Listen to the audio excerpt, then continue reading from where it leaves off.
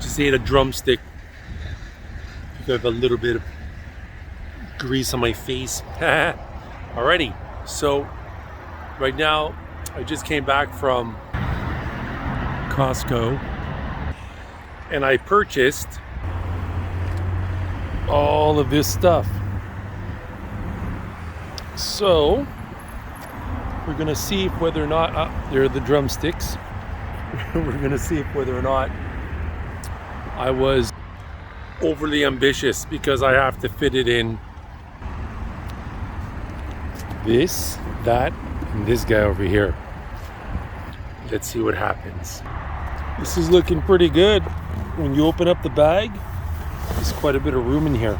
It's quite roomy. I almost have all of it in. Still quite a bit of room here.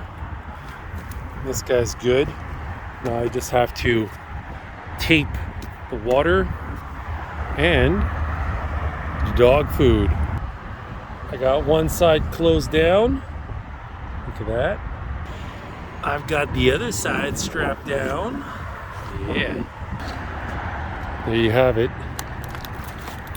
This looks pretty solid, huh? More or less.